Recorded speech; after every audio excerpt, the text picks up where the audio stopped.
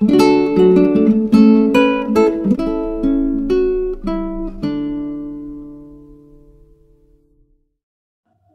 dia, meu irmão, minha irmã, bem-vindos ao nosso encontro da reflexão da Palavra de Deus. Hoje, segunda-feira, dia 2 de maio, da terceira semana da Páscoa. Eu espero que a liturgia de hoje ajude a todos nós. A primeira leitura é dos Atos dos Apóstolos, capítulo 6, do versículo 8 ao 15.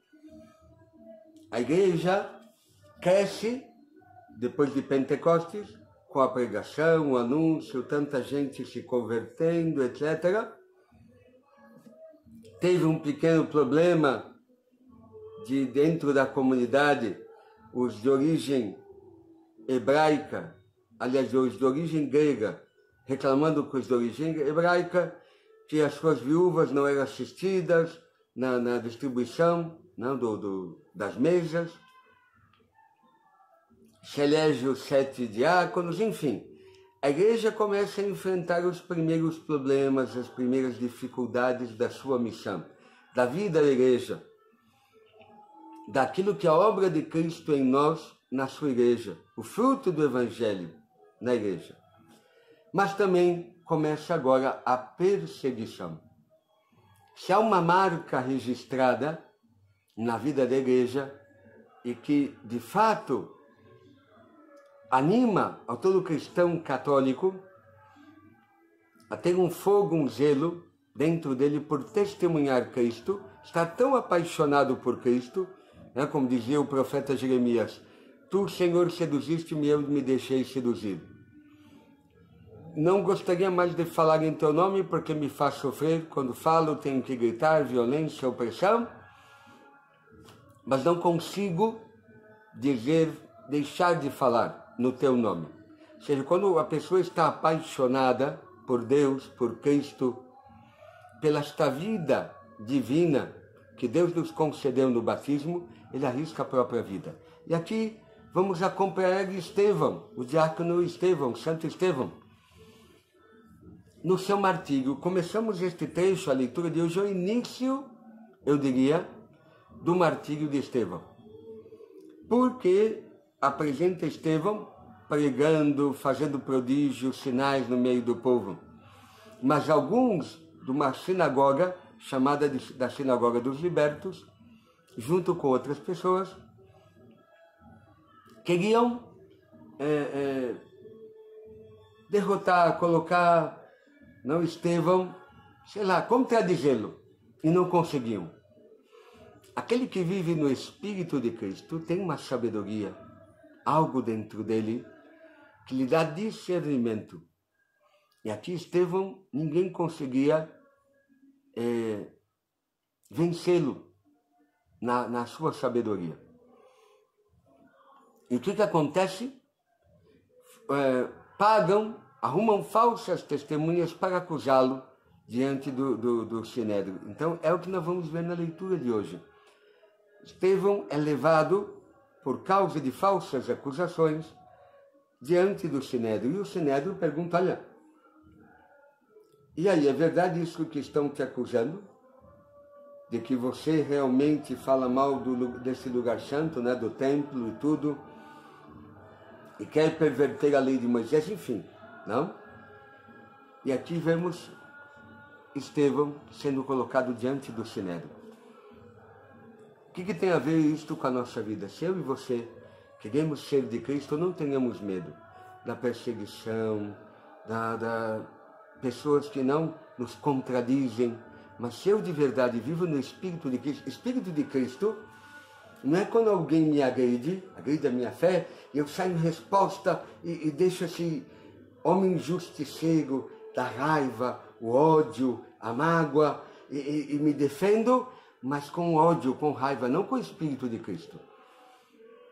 O Espírito de Cristo em mim, ainda que sou ofendido, perseguido, caluniado, me dá uma sabedoria, me dá um discernimento de falar de Cristo, sem entrar nesta autodefesa que eu preciso agredir o outro, e desmonto o outro com o argumento de Cristo, com aquilo que me dá a sabedoria em Cristo. E eu espero que de verdade o Senhor nos ajude a ter esta mesma sabedoria de Estevão, que diz hoje a leitura, que ninguém conseguia contradizer. E a comunhão com Cristo na oração, na palavra, vivendo nesse Espírito. Qual que é o Espírito de Cristo? É o Espírito de Cristo crucificado, aquele que aceitou carregar sobre si as nossas dores e pagou o mal com o bem. Este é o Espírito de Cristo. Não da rivalidade, da rixa, do rancor, da disputa, não. É o Espírito daquele que ama até o inimigo e quer salvá-lo, por isso está disposto a anunciar, a pregar, a dizer a verdade. É um homem que tem uma sabedoria para salvar, não para condenar. E espero que o Senhor de verdade nos encha com esse Espírito, com a sua sabedoria. O Evangelho de hoje, do Evangelho de São João, capítulo 6, versículo 22 ao 29. Então, eu dizia, a primeira semana, as aparições de Jesus, a segunda, quase toda ela, foi a reflexão sobre o batismo, o sacramento do batismo. Por quê? A igreja quer colocar que um dos frutos da Páscoa é a igreja. Do lado aberto de Cristo jorrou sangue e água, mas da mesma maneira que o lado aberto de Adão, Deus criou Eva, do lado aberto de Cristo cria a igreja. Como que cria a igreja? Com o sacramento do batismo e da Eucaristia. Então, até quinta-feira passada, vimos o batismo pelo diálogo de Jesus com Nicodemos, e a partir de sexta, começamos a entrar na Eucaristia. Então, foi a multiplicação dos pães em São João. Sábado, Jesus que caminha sobre o mar, né? Está dentro ali do Evangelho. E hoje é a continuação, eu diria, o prólogo do que é o discurso do pão da vida de Jesus. A multidão vê que Jesus não está mais lá ali. Não? Depois dele multiplicar e saciar 5.000 homens, multiplicando o pão. Quiseram fazê-lo rei e ele fugiu. E percebem que a barca que tinha restado, sobrado, ali no mar de Tiberíades, olha, pois Jesus não pegou ela para ir do outro lado do mar. Então, como é que foi? Onde é que está Jesus? Chegam outras barcas e eles vão até Cafarnaum, do outro lado do mar, na Galileia ou de Tiberíades. Atrás de Jesus o encontram em Cafarnaum. E a multidão, quando chegou lá, pergunta: Rabi, quando chegastes aqui? E Jesus parece que desconversa, porque a pergunta não seria quando da multidão, a pergunta seria como você chegou aqui. Ainda tinha um barquinho lá. Não tinha outra forma de você chegar aqui, Senhor, sem um barco. Como chegastes? Não, a pergunta do povo é quando chegastes. E Jesus desconversa. Engraçado, Jesus não quer falar, porque seria, não, até algo para se encher, não. Olha, eu vim aqui caminhando sobre o mar. Eu não preciso de barco, eu caminhei sobre o mar. Não, Jesus não usa esse expediente. Jesus vai dar é um dos discursos mais duros de Jesus, o discurso do pão da vida, um dos, né? Jesus vai dizer: em verdade eu vos digo, vocês vieram atrás de mim, não porque viram sinais, mas porque comestes pães e ficastes satisfeitos.